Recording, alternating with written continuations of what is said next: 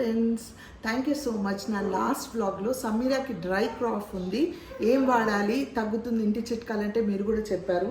So అదే నేను ఇప్పుడు సమీరాకి ఇవ్వబోతున్నాను. ఏంటంటే చూడండి, ఇది తులసాకు, జింజర్ అండ్ లవంగం వేసాను. ఇది దంచి దీంట్లో హనీ కలుపుతాను.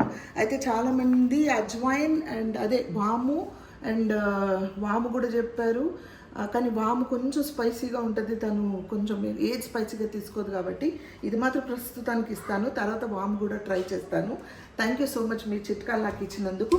So please do subscribe to my channel and support me.